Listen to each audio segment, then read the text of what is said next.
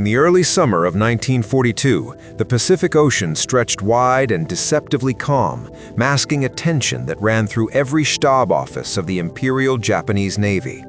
6 months had passed since the attack on Pearl Harbor, and Japan's early victories had been swift, stunning, and seemingly unstoppable. Hong Kong had fallen, Singapore had collapsed, the Philippines were broken, and American naval power appeared bruised and scattered. Yet beneath the surface of these triumphs, anxiety was growing. The United States, though wounded, had not sued for peace. Its aircraft carriers were still at sea, unseen, their whereabouts uncertain. For Admiral Isoroku Yamamoto, Commander-in-Chief of the Combined Fleet, this uncertainty was intolerable. War, he believed, could not be won by half measures. The American Navy had to be drawn out, trapped, and destroyed in a single, decisive blow. By June 1942, Yamamoto's solution had taken shape, a complex operation aimed at the tiny Midway Atoll, a remote outpost of coral and sand lying halfway between Asia and North America. On maps, Midway appeared insignificant, almost an afterthought. In strategic terms, however, it offered something invaluable. An attack there, Yamamoto reasoned, would threaten Hawaii directly and force the United States to respond. American carriers would have no choice but to come to Midway's defense. When they did, Japan's main striking force would be waiting. The plan was ambitious to the point of audacity. At its heart were 4 fleet carriers, Akagi, Kaga, Soryu, and Hiryu, the same ships that had led the assault on Pearl Harbor. Together, they formed the Kido Butai, the elite striking arm of the Japanese Navy. These carriers carried veteran air crews, men hardened by months of combat over China and the Pacific, pilots who believed deeply in their skill and in the superiority of Japanese naval aviation. Supporting them was the most powerful battleship force ever assembled, including Yamato itself, the largest battleship in the world, bristling with guns and symbolism. Submarines were deployed in a wide arc to screen the operation and intercept any American ships attempting to intervene. Yet the plan's brilliance was matched by its complexity. Yamamoto divided his forces across thousands of miles of ocean. A diversionary attack on the Aleutian Islands was designed to confuse American commanders and draw resources northward. Meanwhile, the main carrier force under Vice Admiral Chuichi Nagumo would strike Midway, neutralize its air defenses, and prepare to repel the inevitable American counterattack. Timing had to be exact, communication had to be flawless. Every moving part depended on the others, like gears in a finely tuned machine. Within the Japanese command, confidence ran high. Intelligence assessments suggested the Americans had at most 2 operational carriers in the Pacific. Japanese planners believed one had been sunk at Coral Sea and another damaged beyond immediate use. The Americans, they assumed, would be cautious, reactive, and outmatched. The Japanese Navy had trained for a decisive fleet battle for decades. This was the moment that doctrine would finally be fulfilled. In wardrooms and briefing rooms, Midway was spoken of not as a gamble, but as an inevitability. As the fleet moved eastward in late May, the men aboard the carriers settled into routines shaped by long experience. Aircraft were checked and rechecked, torpedoes calibrated, bombs fused. Pilots studied reconnaissance photographs of Midway's airfields and fuel tanks. They expected resistance, but nothing they could not crush in a single overwhelming strike. The mood was serious but assured. This was familiar work, the continuation of a campaign that so far had gone their way. At dawn on June 4, 1942, Nagumo's carriers lay northwest of Midway, hidden by distance and the vastness of the Pacific. The first attack wave lifted off into the pale morning light. Fighters, dive bombers, torpedo planes, engines droning steadily as they formed up and headed toward the atoll. Below them, the sea was calm, almost glassy, broken only by the white wakes of the carriers and their escorts. The plan was proceeding as intended. Reports from the strike soon began to filter back. Midway's defenses were stronger than anticipated. American aircraft rose to meet the attackers, and anti-aircraft fire was heavy. Though the Japanese inflicted significant damage, the airfield was not completely neutralized. A second strike, the pilots reported, would be necessary. This assessment placed Nagumo at a crossroads that lay at the very heart of Japan's strategy. Aboard the carriers, the hangar decks were already crowded. Reserve aircraft stood fueled and armed, some carrying bombs for land targets, others torpedoes intended for ships. Doctrine demanded flexibility, but flexibility came at a cost. Rearming aircraft was not a simple matter. It required time, manpower, and space, all within the enclosed, volatile environment of a carrier hangar. Fuel lines snaked across decks. Ordnance was moved by hand. One mistake could ignite catastrophe. As Nagumo weighed his options, new information arrived, fragmentary, delayed, and dangerously ambiguous. A scout plane reported sighting American ships to the east. The message was unclear. Were there carriers among them? How many? The report lacked precise details, but it was enough to cast doubt over every assumption. The American carriers that Japanese intelligence believed distant or damaged might, in fact, be close. The Japanese strategy had been built on certainty. Certainty of American weakness, certainty of surprise, certainty of control. Now, uncertainty intruded. If American carriers were nearby, Nagumo would need his aircraft armed with torpedoes, ready for a naval engagement. If they were not, Midway still had to be suppressed. Either choice carried risk. To delay was to invite attack. To commit prematurely was to gamble everything on incomplete information. While these decisions unfolded, American aircraft from Midway began arriving over the Japanese fleet in piecemeal attacks. Torpedo bombers skimmed low over the water, slow and vulnerable, their crews exposed to relentless fighter opposition and anti-aircraft fire. They were cut down in brutal numbers, planes spiraling into the sea, leaving oil slicks and floating debris behind. From the decks of the Japanese carriers, the attacks appeared disorganized, almost desperate. They reinforced the belief that American air power was inferior, poorly coordinated, incapable of delivering a decisive blow. Yet these attacks, though tactically ineffective, had a profound effect. Japanese combat air patrols were drawn down to low altitude, fuel was consumed, ammunition expended. The defensive rhythm of the fleet was disrupted. Every minute spent fighting off these assaults was a minute not spent preparing for what might come next. Below decks, the process of rearming continued amid rising tension. Bombs were moved, torpedoes rolled into place, fuses adjusted. The hangars were hot, crowded, and filled with the sharp smell of fuel. Sailors worked quickly, methodically, following procedures drilled into them over years of training. Above them, the carriers maintained speed and course, unaware of how narrow the margin for error had become. The Japanese strategy, for all its sophistication, now revealed its fragility.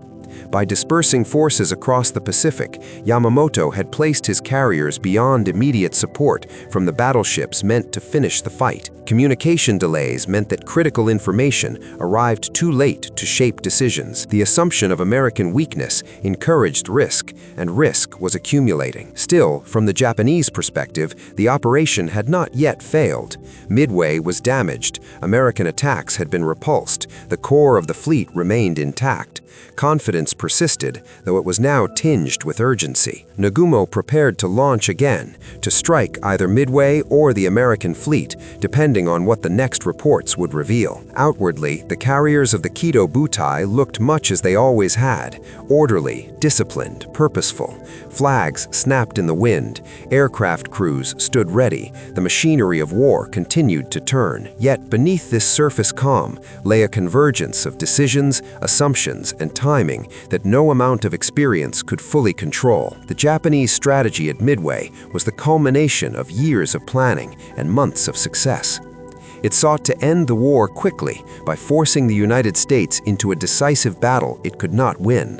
It relied on surprise, on skill, on the belief that courage and preparation could overcome material disadvantage. In those early hours of June 4, 1942, that strategy was still alive, still plausible, still unfolding exactly as its architects had envisioned, balanced precariously on the movements of fleets and the flight paths of aircraft over an indifferent sea. In a low, unremarkable building at Pearl Harbor, far from the flight decks and gun turrets that defined the visible face of the war, another battle was already underway. It was fought without explosions or formations, conducted in silence, measured not in miles or tonnage, but in fragments of language and time. Here, in cramped rooms thick with cigarette smoke and the constant hum of electric fans, men bent over sheets of paper, marked with strings of letters and numbers, searching for meaning where none seemed to exist. The war in the Pacific, for them, arrived not as fire and steel, but as coded messages tapped out across the ether. By early 1942, American naval intelligence was struggling to recover from the shock of Pearl Harbor. Ships could be replaced, airfields rebuilt, but the deeper wound was uncertainty. The Japanese Navy moved with speed and confidence, its intentions concealed behind layers of radio discipline and encryption. The Pacific was vast, and the enemy could strike almost anywhere. To meet that threat, the United States depended on a small, specialized group of officers and enlisted men whose work rarely reached the headlines and whose successes could never be openly celebrated. At the center of this effort was Station Hypo, the Navy's cryptanalytic unit in Hawaii, commanded by Commander Joseph Rochefort. Rochefort was an unconventional officer, rumpled, blunt, dismissive of formality, but he possessed a rare combination of intuition and discipline that suited the work. His team included linguists, mathematicians, radio operators, and clerks, many of them young, working long hours under constant pressure. They slept little, argued often, and lived with the knowledge that their conclusions could send fleets into danger or leave them exposed. The Japanese naval code they faced, known to the Americans as JN-25, was a formidable system. Messages were enciphered in multiple layers, combining a code book with additional numerical additives designed to thwart pattern recognition. Even when a message was partially broken, it often revealed only fragments, placeholders, operational terms, or time references stripped of context. Progress was slow and uncertain. Every deciphered line raised new questions. Every assumption carried risk. As winter turned to spring in 1942, fragments began to recur with increasing frequency. One designator, always rendered in code, appeared again and again: AF. It was referenced in connection with fleet movements, logistical preparations, and future operations. To Rochefort and his analysts, AF clearly represented a location of strategic importance. The challenge lay in determining which one. Washington, far away and often skeptical of Pearl Harbor's assessments, favored alternative interpretations. Some believed AF referred to a target in the South Pacific, perhaps Fiji or Samoa. Others suggested the Aleutians. The debate was not academic. Resources were limited, and committing forces to the wrong theater could be disastrous. Admiral Chester W. Nimitz, commander of the Pacific Fleet, understood this better than most. His carriers were precious, irreplaceable assets. He needed clarity before he could act. At Station Hypo, the analysts focused their attention on the details. References to AF included mentions of water supply, garrison strength, and airfield capacity. These clues narrowed the possibilities. Midway Atoll, a small American outpost northwest of Hawaii, fit the profile. It was isolated, lightly defended, and dependent on desalination for fresh water. Yet certainty remained elusive. The Japanese never named their targets outright. Everything depended on inference. It was Rochefort who proposed a test, simple, risky, and potentially decisive. If Midway were indeed AF, then information transmitted from the atoll might provoke a Japanese response. With Nimitz's approval, a message was sent from Midway, unencrypted, reporting a breakdown in the island's water distillation system and a resulting shortage of fresh water. It was a calculated gamble. If Japanese intelligence intercepted the message and relayed it through their own channels, the response might appear in JN-25. The wait was tense. Hours passed, then days, as operators monitored Japanese transmissions and analysts worked to break them down. When the response came, it was unmistakable. A coded Japanese message reported that AF is short of water. In that moment, uncertainty collapsed into clarity. AF was Midway. For Rochefort's team, there was no celebration. The confirmation brought relief, but also weight. Knowing the target meant acknowledging what would come next. The Japanese were preparing a major operation, one that would involve their carrier force. Timing now became critical. Every additional message mattered. As May approached, Station Hypo intensified its efforts. Partial decrypts began to outline the shape of the Japanese plan. Dates emerged, early June. References appeared to multiple carrier divisions, to preparatory strikes, to follow-on operations. The picture was incomplete, but the direction was clear enough to act upon. The Japanese intended not merely to raid Midway, but to draw the American fleet into a decisive engagement. Throughout this process, tension grew between Pearl Harbor and Washington. Analysts at the Navy's communications unit in the capital questioned Hypo's conclusions, arguing that the evidence was circumstantial and the risks too great. Rochefort, accustomed to skepticism, stood by his assessments. He trusted the patterns he had seen and the instincts honed by months of immersion in the enemy's communications. Nimitz, weighing the arguments, ultimately placed his confidence in the man on the ground. Orders followed quietly. Carriers were repositioned. Task forces moved under radio silence, slipping into positions the Japanese did not expect. To the sailors aboard those ships, the sudden change in course was unexplained. They were accustomed to secrecy, but few understood how precisely their movements were guided by intelligence gathered far from the open sea. Meanwhile, at Station Hypo, the work did not slow. Analysts continued to track Japanese messages, confirming movements and refining estimates. They knew that even a correct prediction could be undone by chance or error. A missed transmission, a misinterpreted phrase, a delay in decoding, any could prove fatal. The pressure was relentless. Sleep came in brief stretches, often on cots beside desks piled high with intercepts. The human cost of this invisible battle was real, if rarely acknowledged. The men and women of Hypo lived with the knowledge that thousands of lives might hinge on their judgments. There were no second chances, no opportunities to revise a conclusion once ships were committed. Each message cracked open another layer of responsibility. As the Japanese fleet advanced toward Midway, their confidence remained intact. They believed their codes secure, their deception effective.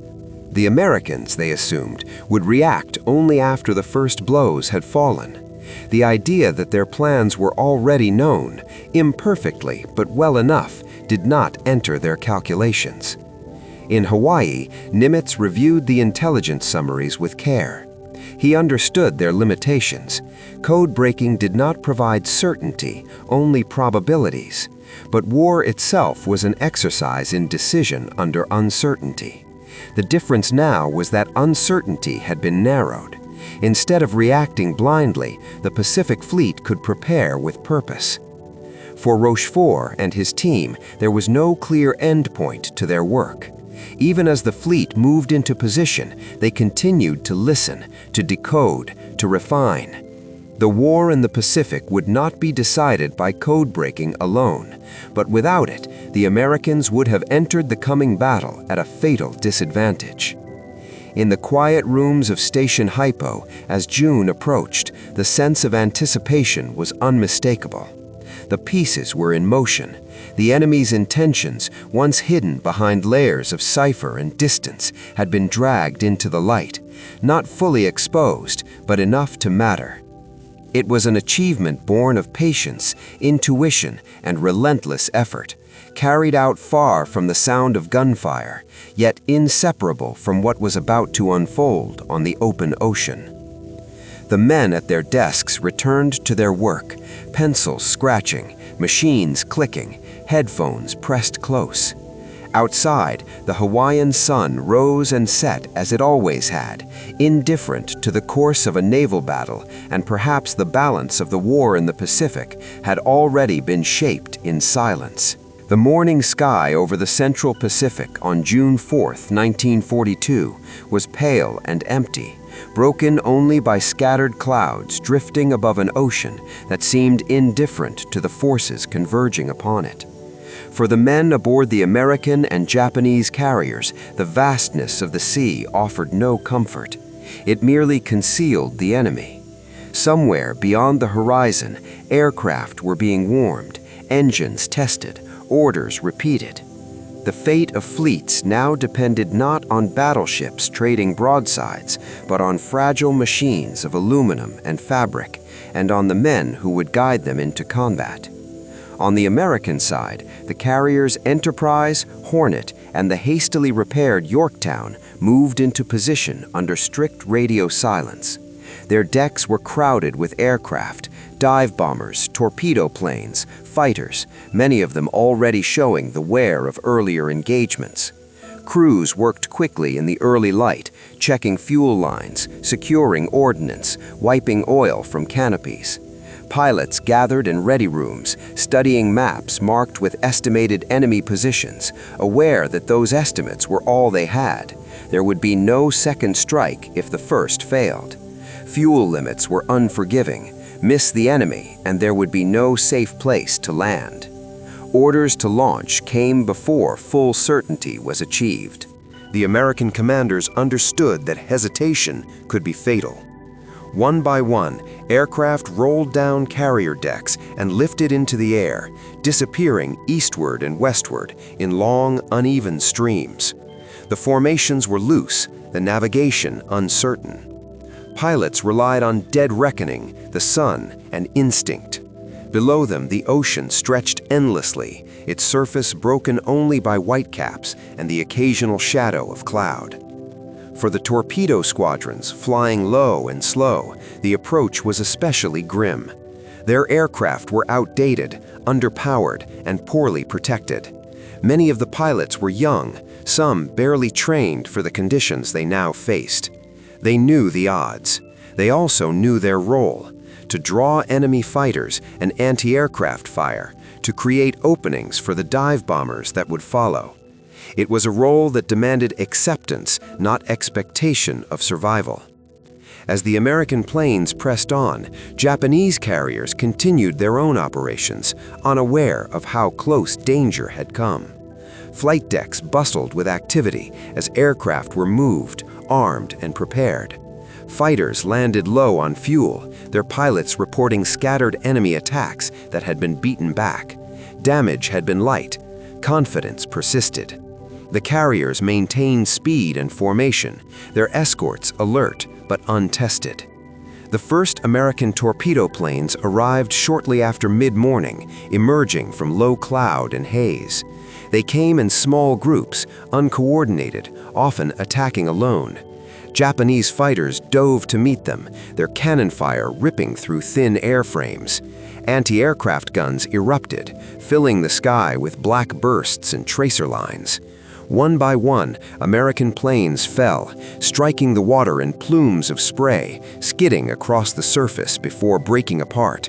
Very few torpedoes reached their targets, none struck home. From the decks of the Japanese carriers, the scene seemed to confirm every assumption. The enemy attacks were brave but futile, their pilots outmatched. Yet the cost of this defense was not negligible. Fighters were pulled down to low altitude, their fuel burned away in tight turns and high-speed dives. Ammunition was expended. The protective umbrella above the fleet thinned and fragmented, even as the attacks continued. Above, unseen by most, American dive bombers searched for the enemy.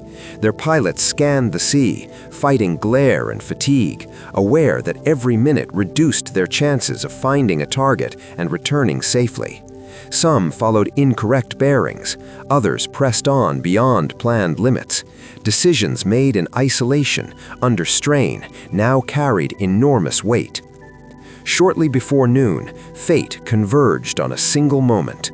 American dive bombers from Enterprise and Yorktown, arriving almost simultaneously from different directions, broke through gaps in the Japanese fighter screen. Below them lay the carriers, clearly visible, their decks crowded with aircraft and equipment. For an instant, the scene was almost serene, ships cutting clean lines through the water, wakes stretching behind them, sunlight glinting off steel. Then the dives began. Aircraft pitched downward at steep angles, engines screaming as pilots held their aim through anti-aircraft fire that rose too late and too scattered to stop them. Bombs fell in tight clusters.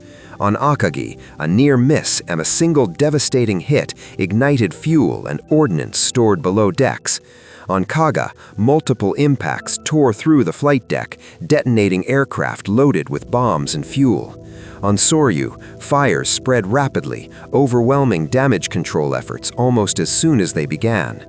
Within minutes, 3 carriers were mortally wounded. Flames raced through hangars, thick black smoke poured skyward, visible for miles.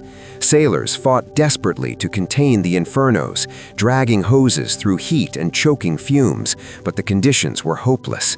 Explosions shook the ships as stored munitions detonated. Orders to abandon ship were given amid chaos and disbelief. Only Hiryu remained operational.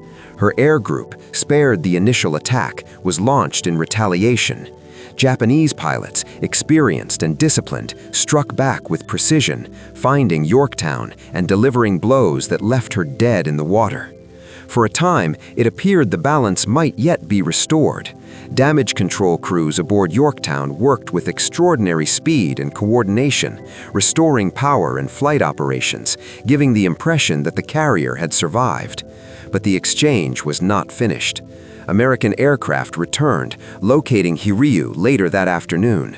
Once again, dive bombers descended through flak and smoke. Hits ignited fires that spread rapidly, repeating the destruction seen earlier. Hiryu, too, was doomed. By nightfall, all 4 Japanese fleet carriers lay crippled or sinking. For the men who fought in the air, the battle was experienced in fragments, moments of terror, focus, and exhaustion, strung together without clear sense of outcome. Pilots landed on pitching decks with empty tanks, some barely making it back at all. Others ditched at sea, clinging to wreckage, watching smoke rise on the horizon. Rescue was uncertain. Many would never be found. On the ships, the cost became visible as the day wore on. Decks were littered with debris. Medical teams worked without pause, tending burns, shrapnel wounds, and shock. The names of the missing were written down, then crossed out, then written again as reports came in. There was little celebration, only a growing awareness of what had occurred and how narrowly it had been achieved. For the Japanese sailors abandoning their burning carriers, the shock was profound. These ships were not just weapons, they were symbols of national pride and personal identity. Many had served aboard them since before the war. As they entered the water, watching flames consume familiar silhouettes, the sense of loss was immediate and personal. Destroyers maneuvered carefully to take survivors aboard, even as the threat of further attack lingered. The air battle over Midway was not a clean exchange of equal blows. It was chaotic, uneven, shaped by chance, decision, and timing as much as by skill. Small errors and small successes were magnified by the vulnerability of carriers and the concentration of force they represented. The destruction of 4 carriers did not come from overwhelming material superiority, but from fleeting moments seized under extreme pressure. As darkness fell, the sea was scattered with wreckage, oil slicks, and survivors. Fires still burned on the water, casting flickering light across the waves. The noise of combat faded, replaced by the low rumble of engines and the sound of men calling out in the dark. The pivotal carrier-air battles had been fought and decided within a single day, their consequences already irreversible. What remained was the aftermath: damaged ships withdrawing, exhausted crews taking stock, and commanders absorbing the reality of what had occurred. The exchange of aircraft and bombs had reshaped the balance of naval power in the Pacific, not through gradual attrition, but through sudden, concentrated loss. In the space of hours, the character of the war at sea had been altered, carried on the wings of aircraft and the resolve of the men who flew them. Fire spread faster than orders could follow. On the flight decks and in the hangars of the Japanese carriers, what had been moments earlier a controlled rhythm of naval aviation dissolved into confusion, heat, and smoke. Bomb impacts had torn open steel plating, and with them the fragile balance that kept fuel, explosives, and aircraft separated. Aviation gasoline pooled and ignited. Bombs stacked for rearming detonated in chain reactions that shook entire hulls.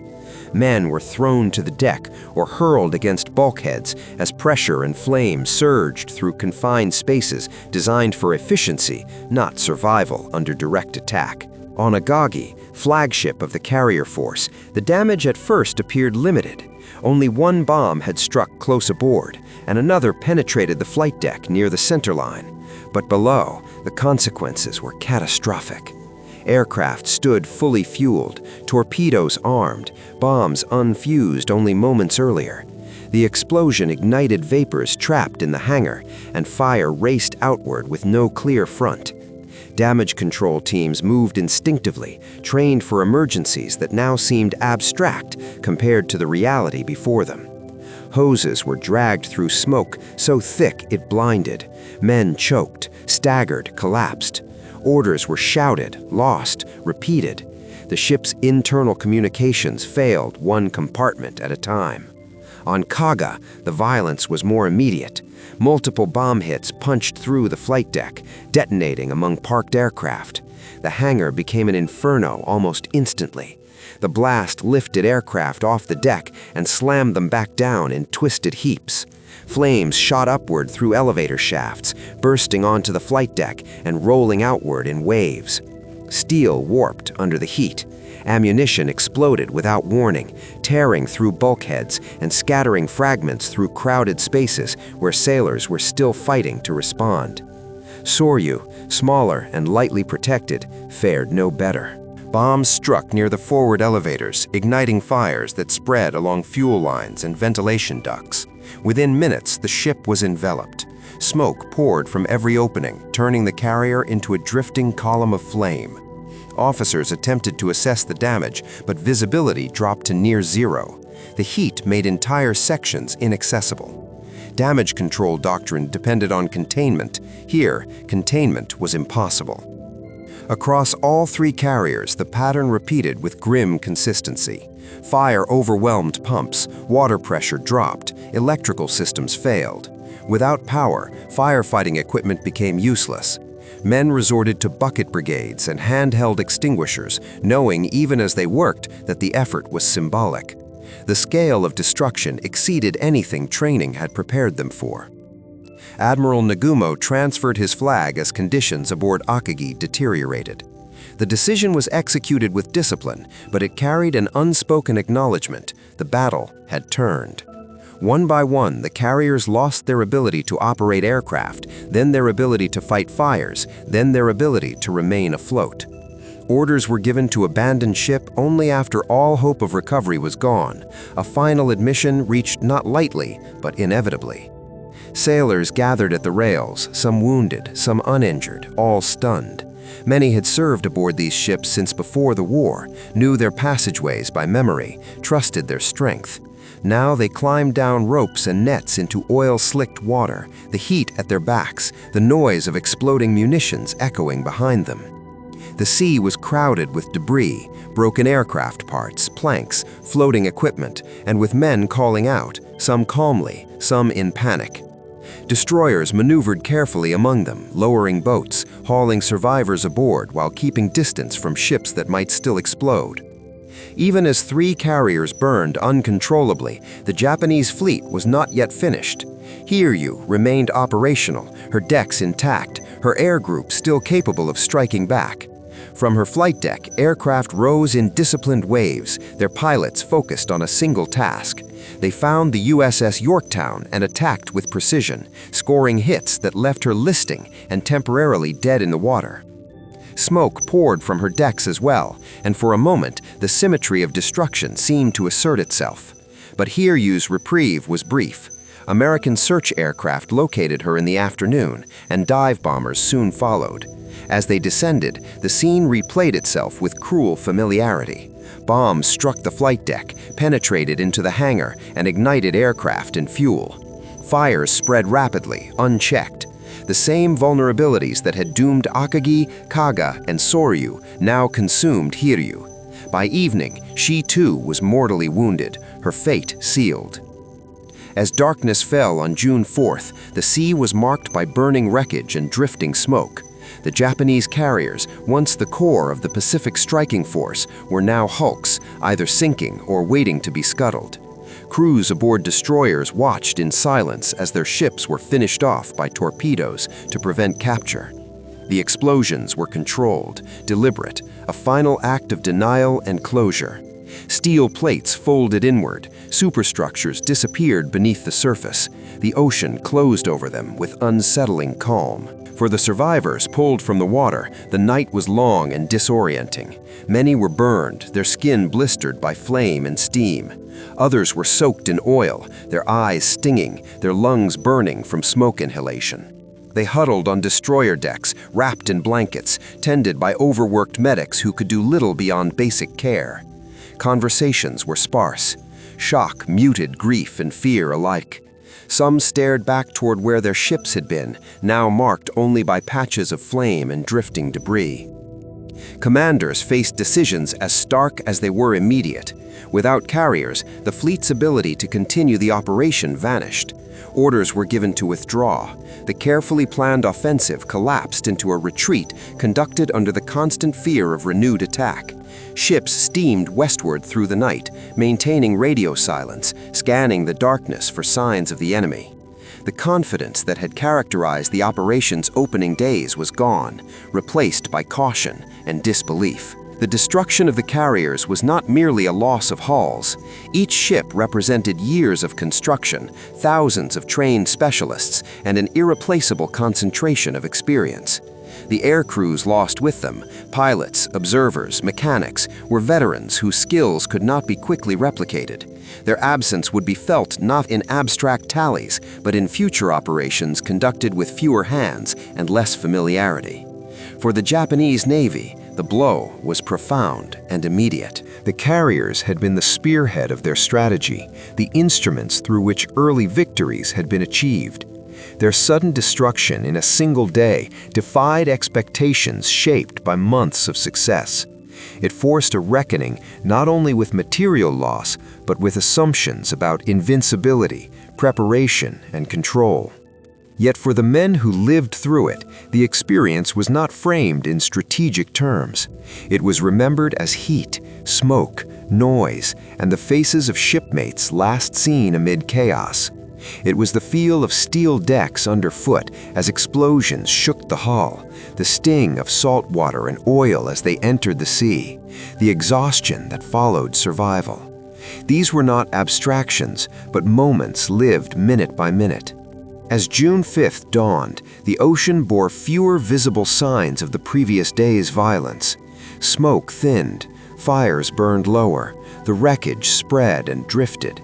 The carriers that had defined Japan's naval power were gone, resting beneath the surface along with the men who had not escaped. Above them, the war continued, altered in ways not yet fully understood by those who had fought this battle. The destruction of the Japanese carriers at Midway unfolded rapidly, almost abruptly, but its weight settled slowly. It was carried back to port in the form of wounded survivors and incomplete reports. It was absorbed by crews who had not been present, but now understood the vulnerability of even the most powerful ships. It marked an end that was unmistakable, even if its full meaning would take time to register. In the quiet after withdrawal, as destroyers steamed westward and the last fires faded behind them, the sea resumed its indifferent calm. The carriers were gone, the men remained, and the balance of naval power, once thought secure, had been irrevocably broken in the space of a single searing day. In the days immediately following the battle, the Pacific seemed outwardly unchanged. The same trade winds moved across the water, the same long swells rolled beneath passing hulls, and the same scattered islands marked the horizon. Yet for those who understood naval war, something fundamental had shifted.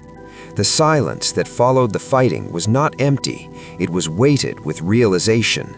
Fleets were no longer maneuvering toward the same assumptions they had carried only a week earlier. Orders once issued with confidence born of momentum were now framed by caution, uncertainty, and an altered sense of balance. For the Japanese Navy, the change was felt first in absence. The carriers that had once defined its reach were gone, and with them the ability to strike decisively at will. Ships still steamed, guns still bore outward, but the center of gravity had moved. Carrier aviation had been the instrument through which Japan had projected power across the Pacific, and without it, even the most formidable battleships were constrained. The doctrine that had guided decades of planning, of drawing the enemy out, of delivering a crushing blow, no longer rested on firm ground. Survivors returning to Japanese-held ports carried the reality of that loss in their bodies and expressions. Many were burned, bandaged, or exhausted beyond words. Others bore no visible wounds, but spoke little, their silence shaped by what they had seen vanish beneath the surface. Reports filtered upward through command channels, stripped of emotion, listing ships lost and aircraft destroyed. Yet behind each line were crews dispersed, air groups erased, and hard-earned experience removed from the order of battle. The immediate operational effect was restraint. Plans that had once seemed achievable were reconsidered or delayed. The perimeter Japan had established across the Pacific suddenly felt thinner, its distances longer. Garrison commanders on distant islands became more aware of their isolation, dependent on supply lines now exposed to growing American reach. The initiative that had characterized the opening months of the war slowed, not because the will to fight had diminished, but because the means to dominate had narrowed. On the American side, the shift was no less real, though it was received with a different temper. There was relief, certainly, but it was restrained. The losses had been heavy, and many ships returned with empty bunks and flight decks scarred by combat. Crews who had survived did not speak of victory in grand terms. They spoke of aircraft that did not return, of landings made in darkness, of the sound of engines fading into the distance. The cost was understood, even as the implications began to settle in. For American commanders, Midway altered the frame through which the Pacific War was viewed. Until then, operations had been shaped by reaction, responding to Japanese advances, reinforcing threatened positions, absorbing blows. Now, the possibility of seizing and holding the initiative emerged as something more than theory. The enemy was no longer assumed to be unassailable at sea. Carrier battles, once thought to favor Japanese experience and doctrine, had proven uncertain and volatile. This realization did not produce immediate boldness. The United States Navy was still rebuilding, still learning, still short of trained pilots and seasoned deck crews. But the confidence that followed Midway was different from the confidence Japan had carried earlier. It was not rooted in perceived superiority, but in demonstrated possibility. The knowledge that preparation, intelligence, and timing could offset material and experiential gaps changed how decisions were weighed. Across the Pacific, the consequences began to appear in small but telling ways. Japanese reconnaissance flights became more cautious, their patterns less expansive. American task forces ranged more assertively, probing, testing, sometimes withdrawing, sometimes pressing on. Submarine operations intensified, exploiting gaps in Japanese defenses that had once been shielded by carrier cover. Supply routes that had seemed secure grew vulnerable. The shift was also felt in the air. For Japanese aviators who survived Midway, the loss of veteran leaders and cohesive air groups left a void that training programs struggled to fill. New pilots arrived with fewer hours, less combat experience, and less time to absorb the culture of carrier aviation that had once been Japan's strength. On American carriers, the process moved in the opposite direction. Pilots gained experience rapidly, learning under fire, refining tactics through hard contact rather than theory alone. At command levels, the language of planning evolved. Objectives were framed with greater attention to sustainability, logistics, and attrition. The Pacific was no longer a stage for rapid, decisive sweeps, but a theater in which control would be contested over time. This did not mean the end of offensive ambition, but it altered its pacing. The idea of an inevitable Japanese advance faded, replaced by a recognition that the balance of power was fluid and could be influenced. For sailors stationed on remote outposts, the change was subtle but perceptible. Supplies arrived with greater regularity. Air cover, once sporadic or absent, became more consistent. The sense of being exposed, of waiting for an attack that might come without warning, eased, though it never disappeared. Morale did not surge in triumphal fashion. Instead, it steadied. The war felt less like a retreat and more like a struggle whose outcome was not predetermined. In Japan, the strategic shock of Midway forced adjustments that rippled through naval and political circles alike. Confidence in pre-war doctrine eroded, though not openly. Decisions were still framed within existing hierarchies and traditions, but an undercurrent of doubt emerged. Resources were reallocated, defensive preparations were strengthened. The emphasis shifted toward holding territory already gained, rather than expanding further outward. This recalibration was not an admission of defeat, it was an acknowledgement of limits. The Pacific, once viewed as a medium through which dominance could be extended rapidly, now appeared as a vast, unforgiving space where losses could not be easily replaced. Industrial capacity, once secondary to training and spirit, gained prominence as a determinant of endurance. For the United States, the implications extended beyond immediate operations. Midway validated the role of intelligence, coordination, and joint planning in modern naval warfare. It reinforced the centrality of the aircraft carrier, not merely as a support vessel, but as the primary instrument of sea power. Battleships, though still formidable, receded from their former prominence. The war at sea had entered a phase defined by air power, mobility, and information. The human dimension of this shift was reflected in routines aboard ships and at bases. Training intensified, informed by lessons drawn directly from combat. Damage control drills were revised, flight operations were adjusted. The tempo of operations increased, but so did the emphasis on preparation. Men who had survived Midway carried their experiences into these routines, shaping them quietly, often without formal recognition. As weeks turned into months, the strategic effects compounded.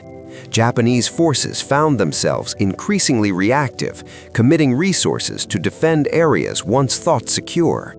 American forces began to plan operations that extended beyond mere defense, selecting targets with an eye toward attrition and gradual pressure rather than immediate conquest.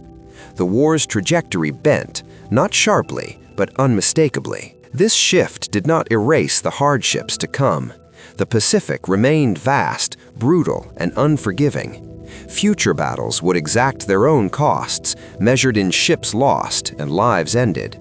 But Midway changed the terms under which those battles would be fought. It altered expectations on both sides, reshaping how success and risk were calculated. For the men who fought there, the significance was not always articulated in strategic language. It was felt in quieter ways, in the knowledge that the enemy could be stopped, in the realization that survival had meaning beyond the moment, in the sense that sacrifice had altered more than immediate circumstances.